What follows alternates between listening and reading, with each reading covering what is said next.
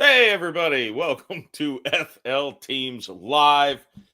I'm Jeff Macolino. This is Jeremiah Hensley, and we are joining you, as we do every week, to talk a little bit of National Football League action. Week 3 is in the books. And, hey, before we get started, make sure you hit the subscribe button to FL Teams wherever you're watching. Hit the like. Give us a comment. Tell us why we're idiots. There are many, many reasons, but try to keep it to football specific for this, particular video, unless we go off on a rant, which is liable to happen. It could happen. It's been known to happen. Just a little bit. Jeremiah, let me kick it over to you and take us away, sir. So, week 3, I can't not talk about the Dolphins going in.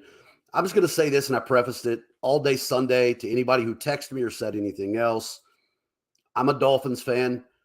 I fully understand and know that we could be 3-14. It could happen. It's realistic. We were 3-0 last year. Tua's stat line, amazingly enough, is the exact same through 3 games as it was last year.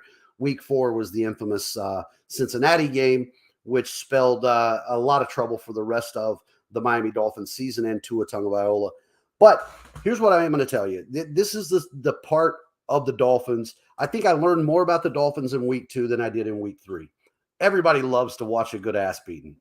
Okay. Denver's bad. They weren't that bad. They were just outmatched. It was a combination of things. But the biggest thing that jumps out to me so far about my Miami Dolphins is the offensive line. Plain and simple. We talk about it. You hear us bang the drum on certain things. In the NFL, you win and you lose games in the trenches. Your offensive and defensive line are what's going to make all the difference in the world.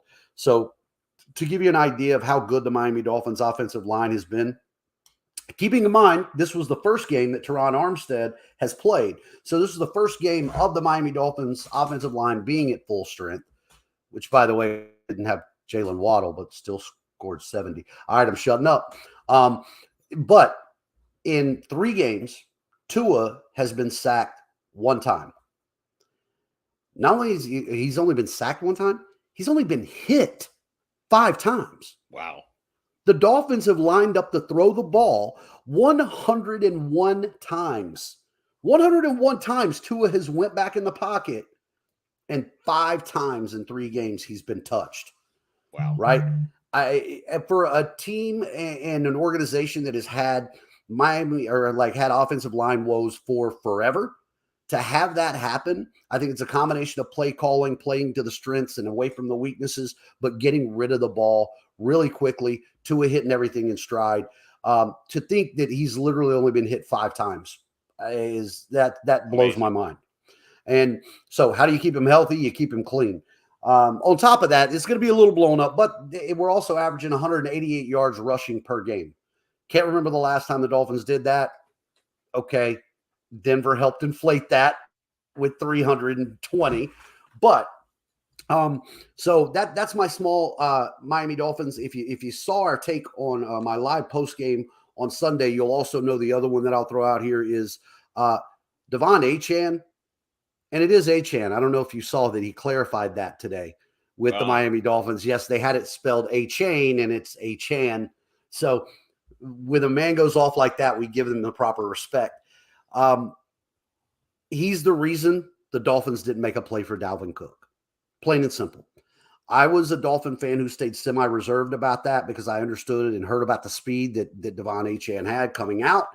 But to see him actually put that on display, this is a younger, cheaper, less used version of Dalvin Cook. I'm not tagging him that's who he's going to be. I saw Jay Ajayi go for 200 plus yards in multiple games. Okay. But this is the version of what he can be. So for the Miami Dolphins, this week is going to be telltale for a lot of reasons in the AFC. But I think Buffalo and Miami being the 1 o'clock game, they switched over the broadcasters, by the way. It's going to be Aikman and his group. So that means the national game is going to be Miami. I can't break my streak, though. I'm still going to the Hooters down the road to watch the game. It's a superstition. Yeah, that's why you go there. That's the only reason. Well, that and the wings, I mean, they're fantastic. So, look, so that's one takeaway. The second takeaway is just this: quietly under the radar, the Cleveland Browns defense is for real. This defense, I mean, I've taken my shots at Deshaun Watson, who, by the way, looked a lot more comfortable last week in week 3 than he's looked probably anytime we've seen him in a Cleveland Browns uniform. Must have had a massage that week. Yeah, he seemed loose. He seemed loose. But in 3 games, they have given up 1 offensive touchdown. They're allowing 9 points a game, and that's with allowing 2 defensive scores against Pittsburgh. Yeah. This Cleveland Browns defense is legit. And if they stay legit like that, as long as Deshaun Watson doesn't make mistakes, he's going to keep them in games. They're going to be able to make plays. Jerome Ford was a big reason why they felt comfortable letting Kareem Hunt walk at the end of last year. I think Jerome Ford still showed he's got a lot of value in what he can bring to that offense. There were a couple of plays, if you watch that Cleveland game at all, that you saw him get comfortable. Like Deshaun made some of those scramble out of the pocket, extend the play, Patrick Mahomes-esque type throws that we remember seeing when he was in Houston. And if they get on a roll like that, Cleveland's defense is going to be really tough to score against. And in that division, I think that gives them a legitimate chance at being a playoff team. Yeah, that division is interesting.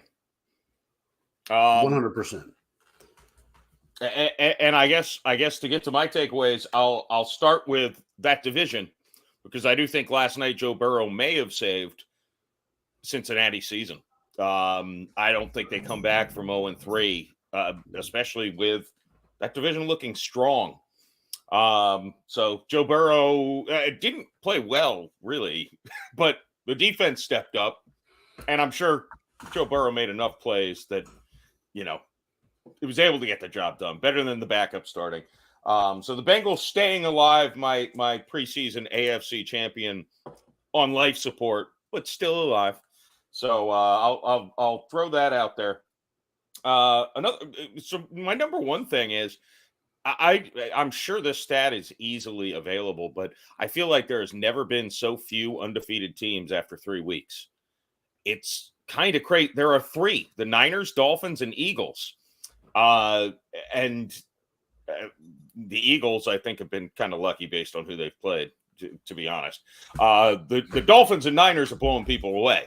But it's crazy to me. And this, the craziness of the season was encapsulated. If we did power rankings going into week 3, I think we probably would have had Dallas number 1 and the Cardinals number 32. And the number 32 team kicked Dallas's butt. I mean, it was not a fluke. They beat them. They were a better team than the Cowboys. I have no idea what's going on in the NFL. That's my ultimate takeaway. Is it's like any team can win any game, and emblematic of that is a team we were all, Isaac, yourself, and myself, were all super high on, the Jacksonville Jaguars. Struggled in week 1 a little bit, but beat the Colts, who now are looking like maybe they're not a completely garbage team. Lost to the Chiefs in a game that their defense performed well, and Trevor Lawrence did not, frankly. And now losing to the Texans. That blew my mind. And I know the Jags got off to a slow start last year, similar to Cincinnati. Both had slow starts last year, still got deep into the playoffs and ultimately lost to the Chiefs. But wow, in that, the Jaguars were a team I was thinking, they're in such a bad division, they could compete for home field advantage. And now it's looking like they might be lucky to get into the playoffs in their division. By the way, the other team I would have said was the second best team in that division, the Titans. Their offenses looked like absolute garbage 2 out of 3 games. And I know the Saints and the Browns defenses are very good, but the Tannehill, oof, I know you got some feelings for the guy, but he's having a rough go. RT17, I admire the guy's heart. But it's funny you mentioned the Titans. I just had that kind of listed on here too. I talked about the Dolphins' offensive line play. There are a few things in an NFL season that you can get right? Rookies can get more experience. You can change your game plan, your strategy a little bit. You can mess with coverages. There's a couple of things that you cannot improve tremendously as your season goes on, at least not rapidly. And one of those is offensive line play. And the Tennessee Titans right now, that offensive line is beyond garbage. I understand two of the toughest defenses, but right now they've given up 13 sacks, second most in the NFL. Myles Garrett got off for 3.5, right? Yeah. How bad is this? Ryan Tannehill's QBR, 27.9 through 3 games. They've got those two young kids behind them. It might be time to start looking, except for they're in such a bad division. They've got to think, all right, we're still fine. We just need to figure it out and get Derrick Henry rolling, and we'll be okay. See, that's the scary thing. Derrick Henry's averaging 3 yards a carry. King Henry, early in the season. So that's indicative of how bad this offensive line play has been. Tannehill in his days in Miami or anywhere else, he doesn't play well under pressure. They're putting nothing but pressure on Tannehill, and they're stacked box because there is absolutely no fear that they're going to have enough time to throw the ball. And so it's funny. It's one of those things that with the success of rookie quarterbacks and guys getting acclimated to the NFL quicker, if I had to throw it to you, because you brought it up in that, Jeff, who do you go? I mean, do you give the ball to Malik Willis again after what we saw last year? I think Levis is beating him out for the number 2 job. So I think at some point you're going to see that.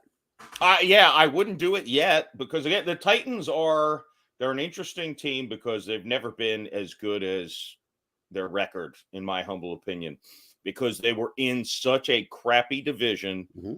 It was easy to win the division and get into the playoffs. And because their style, they're a rough and tumble, run the ball, kind of grind it out team. You can win a game against anyone on any given day, but you're not going to win a Super Bowl. And I feel like they kind of got lulled into that bad style of play. Look, I'll throw another team at you that has gotten lulled into an awful style of play that's going to get their coach fired after the season if it doesn't turn around. That's the New Orleans Saints. Derek Carr goes down early in the third quarter. The Saints are rolling 17-0. A game is over. And that was the mindset of the team was we don't have to, Jameis came in, they played very conservative and didn't get a first down until the last possession of the game when they did go down the field and missed a field goal that should have won the game. So there's that. But it was the same way they played last year. There were so many games where they took a lead and they just tried to sit on it. Like, we're a defense. Well, if all your offense does is go out there for a minute, throw the ball, run the ball 3 times, and punt, you're not going to win games because your defense is on the field too much. Too many bad things can happen. The Packers had a drive where they had 70 yards in pass interference penalties on 2 plays. Yeah, that's a real quick way to get your team down the field. So, it's I think that is, and Vrabel is a defensive guy, obviously, too. I think that is sometimes why we're seeing that offensive coaches seem to be better as head coaches because they don't take their foot off the gas, where defensive guys are happy to, hey, we got the lead. All we got to do is sit on them. We trust our defense. You can trust your defense, but my God, when you give them so many chances, giving up 18 points, you should not lose in the modern NFL. I don't care if your quarterback gets knocked out or not. Luckily for the Saints, it sounds like Derek Carr avoided major injury, which, makes the loss a little more palatable. But hey, I do want to read you this one little quote that I just read because I've been observing every NFL game I've watched. I've thought the Packers and Dolphins are the only team whose offensive lines are kind of looking good to me. Every other team's offensive line kind of looks like garbage. And I'm just like, what are they not what is the problem? I couldn't figure out what the problem is, but the offensive line play is really degraded in today's NFL. And I'm going to read this quick couple sentences from Nick Underhill of New Orleans Football, because I have to credit him, because I just read this, and this is the most pertinent thing. He said, there are so few padded practices during the summer, and college players aren't being coached like they used to. Some players show up in the NFL, and they've never even worked from a three-point stance in their careers. There's a lot more development taking place in the NFL these days, and so few practices to actually accomplish anything. The quality of play along the offensive line has diminished across the board. That's the smartest thing I've read all year, frankly. And he's right. And that's why you hit the nail on the head. When I watch the Dolphins, I think, what a clean pocket Tua has to every look. Zach Wilson would look like an all-pro quarterback if he had that kind of protection. I'm not shitting on Tua. No. I'm just saying it's a substantial thing. And they did it obviously intentionally. You know, they've invested 100%. In the offensive line because they know their quarterback's head is made a Fabergé egg. I mean, it is what it is. He gets hit in the head, and your season's probably over. And there goes your season again. Right. Right. But it's interesting, though, because it's funny I mentioned the young quarterbacks who are progressing in the NFL quicker. And I think part of that is the pass-happy, wide-open style of college football and how that has translated to the NFL. But that's a great point. There are offensive linemen in college who never put their hand in the dirt. Mm-hmm. They're taking shotgun snaps and a pistol for 4 years. Yeah. And now you got to line up across from Myles Garrett and put your hand in the dirt. You're probably not going to win those battles early. Yeah. Yeah, no, it's an interesting thing and something to watch, because I think, we saw it last night with Trey Hendrickson and the Bengals just going off. There's some problems across the league with protecting the quarterback, and it's going to be a trend that's going to have to fix itself at some point, because again, luckily for the Saints, Derek Carr avoided major injury, but you're looking at Aaron Rodgers. He's out. He tore his Achilles because he was under a ridiculous amount of pressure. And, bad luck, sure. But you're going to start seeing more. Tua last year, you're going to start seeing the faces of the league continually go down because the offensive line is not doing their job in protecting them. And it's going to cause more things that fans hate, I think, like making roughing the passer even more loose. Ugh. I mean, that's the reality. By the way, last thing before we go out, can we all shut up about Baker Mayfield? He's a fraud. Now, look, the Bucs are probably going to beat Jameis Winston and the Saints. That doesn't mean Baker Mayfield's some sort of stud because the Bucs eke out a 13-6 victory on Sunday. Baker Mayfield is what he is. He's a mediocre quarterback that if you protect him well, he'll do okay. If you don't protect him perfectly, he's going to make stupid plays, and it is what it is. So Jeff, I want to lob two things at you, and they're going to be pertinent to your Saints in the division and or teams that jumped out to me as well. Yeah. Jordan Love may be better than any of us give him credit for. Right now, the Green Bay Packers sit at 2-1. This could very well be the NFC or the AFC South or the NFC South of last year. If you win that division, you could very well get in the playoffs regardless of what your record is. But Jordan Love is 2-1, and he's done this primarily without Aaron Jones and or Christian Watkins. That's a tough loss, but I think it was a statement win, right? I think that was a statement win for Jordan Love and kind of putting his stamp on the Packers a little bit. So in a really bad division, I think the Packers, they're probably standing out as the class of that division right now. I mean, Detroit on Thursday. Yeah. Yeah. So we'll see what looks like. The Bears are the worst team. The Bears are now number 32 on everyone's power rankings. That hype this offseason was absurd. And I'm pretty sure I ranted about it on our season preview. And also, by the way, I picked the Packers. I got our predictions here. I picked the Packers to go to the playoffs preseason. Okay. So now it's funny you mentioned that, now number 32 in our power rankings. The Denver Broncos lost by 50 points on Sunday. Yet through 3 weeks, they don't have the largest point differential in the NFL. They lost 2 really close games. That belongs to your Chicago Bears. The Chicago Bears have still managed to lose by more than 50 through 3 weeks. They're bad. They're really bad all the way around. They need to tank and get Caleb Williams. Justin Fields' experiment needs to be done. It doesn't look good. It doesn't look good. The guy just misses open. He just doesn't read the field. I mean, he's an athlete. That's great.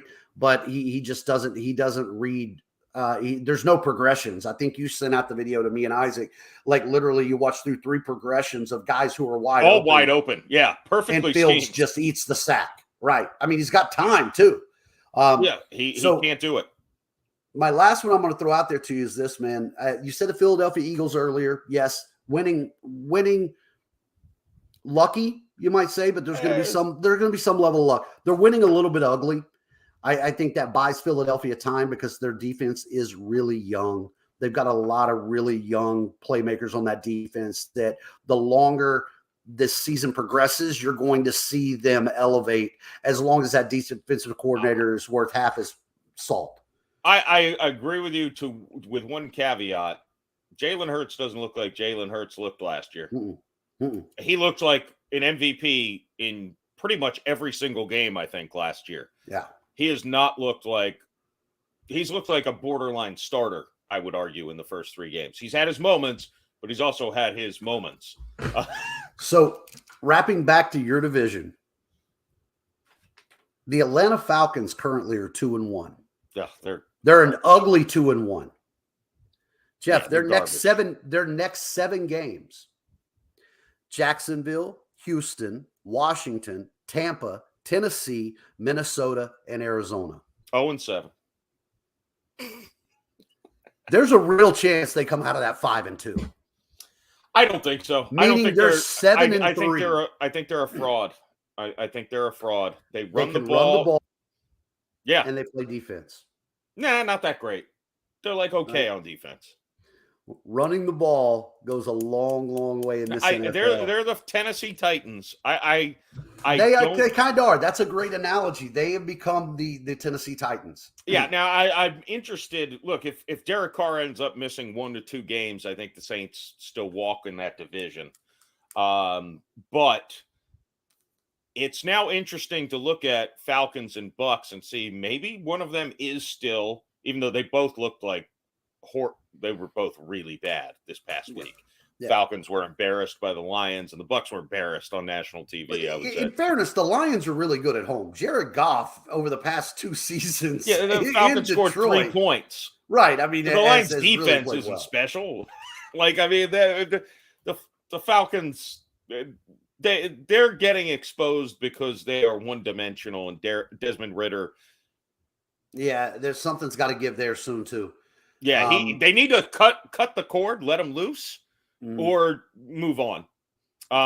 He's young. It's his second year. It's like he started like 6 games, so I don't want to. He was an impressive kid in college, but I feel like he's playing handcuffed right now. And I hope this is what he did in college, though. I mean, the Cincinnati team was a run-first team. They played possession. Cut it loose sometimes. I feel like he's just not given many opportunities to take chances. They're very much frankly, they're very much like the Saints philosophically. I just don't think they're there talent-wise. What I was saying earlier, of a team that let's go score 3 points and then just sit on the ball. They're not going to get 3 points. Our defense is great. Oddly enough, their defensive coordinator from the Saints this year, Ryan Nielsen, and a couple of their defensive players have that choke DNA inside of them, which the Saints are so famous for. Other nuggets to come through as I compile. Can I say one thing? Yeah, I'm very sad. And we'll make this last thing so Isaac doesn't get mad at us. Okay. But you'll like it, I think. The I'm sad the Bucs Saints play at the same time as the Dolphins Bills, because I feel like that the Bills defense, by the way, is getting slept on. You talked about the Browns defense. I would argue the Bills have been maybe as impressive. Maybe. I don't know. Like, it's going to be, and the Bills offense, they've been putting up 30 points, but not impressively. Mm-mm. On the other hand, the Dolphins defense, I don't think has really done much to make me think they're any good either. So I mean, look, it's a strength versus strength and a weakness versus a thing that hasn't looked like a strength yet, even though the Bills offense has been a juggernaut previously. It's a very, very intriguing matchup. You might need to do a preview video of just that game. I might have to do that because, I mean, one thing that I do love is that Josh Allen has a little bit of clout with the NFL. So all he's got to do is complain how hot it is on the sideline in Miami, which also means that we don't have to play in Buffalo in December. So, yeah, I'll be happy to go into Buffalo this week as opposed to, late in the season. And they can happily come down and enjoy some sunshine behind us. I think that really is going to be a telling game. This is Mike McDaniel again. I think he's really taken a next step this second year in the offense. I give a lot of credit to what they've done to play calling. If you watch, again, Dolphins games, I want to expose how great Tua is on everything. But, man, these are timing routes. And I don't care who you are, you're not going to cover Tyreek Hill in a seven-yard span. He's going to beat you. If you have a quarterback who knows where he's going before you do, you lose. And so – that's going to be an interesting back and forth. I do think the Dolphins defense is Russell Wilson had almost 200 yards passing in the first half when that game was still within a little bit of reach. I mean, going into halftime right before the two scores before half, I mean, that was still very much touchable, and Cortland Sutton was eating our lunch. So, I mean, we can't be passed on. It's definitely going to be an interesting matchup. I'm looking very much forward to it. I'm trying to temper the expectations on what it is. I can't let an FL team show die this year. Last year, I couldn't let one go without saying that Miami needed to run the ball. I can't let a FL team show go this year without saying Brandon Staley is the worst head coach in the NFL, and he needs to be fired. Fourth and one on your 24. Coach who doesn't... Fourth and one on your own 24, up by 4. Like, what are you? I mean, they still won, but yeah, but they ran the ball too when Justin Herbert was going off. Just hand it off to Josh. What? Like, it's not. I don't even understand it anymore. He's been wrong on every decision he's made. Is like, I know you shouldn't be results based, but I mean, when someone's 0 for infinity. Seems like you gotta consider the results. I don't know how he didn't get fired. I think that's a team, by the way. And I know Sean Payton's not looking like roses right now, but if they had fired Staley and Sean Payton went there, oh my God, I think they probably win the Super Bowl. Well, look. In fairness to Payton, right? He took over a dumpster fire. Right. And he has done what they said he was going to do, which was improve Russell Wilson. He had nothing to do with Vance Joseph giving up 70. I mean, the defense in Denver is really bad. And they're broken on all pieces. And there ain't a lot you can do about that. I'll say this to Denver fans, because I'm sure a ton are watching. But Sean Payton, if you look at Drew Brees' career, which was mostly coached by Sean Payton, that man should have won multiple Super Bowls, but was plagued with the worst defenses of any quarterback in the history of the NFL. Consistently horrible defenses until the tail end of his career. They were, even the year they won the Super Bowl, they forced a lot of turnovers. They were 29th in defense. They were not a phenomenal defense. Sean Payton, I'm just saying there's something that's kind of plagued Sean Payton in his coaching career. I know he's the offensive guy. He's the play caller. But why have your defenses sucked the vast majority of your career? I'm not blaming him. I'm just saying it follows him like the plague. And at some point, you can't just say it's bad luck. It's going to tie a pretty little bow on this whole thing, going back to my Miami Dolphins. Sean Payton's from the old school. There's still some ego that the head coach has to be the guy who controls and oversees whatever. Look at a guy like Mike McDaniel, who's smart enough to understand and know that he doesn't understand defense, but Vic Fangio does. You bring in a coordinator that you trust on the other side of the ball and let them get the credit they deserve.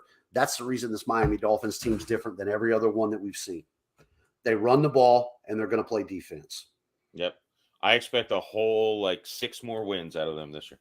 All right, we'll wrap it up. Isaac's blowing a gasket watching us go past 30 minutes. All right, young goat. All right.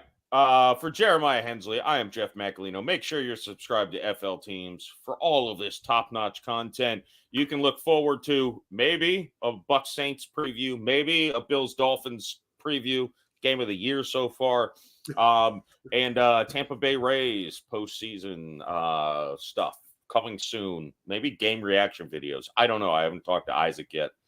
I'm gonna make an executive decision. Yes. Yes. It seems like a good idea, right? Yeah, it's a good idea. Yeah. All right. You heard it here first.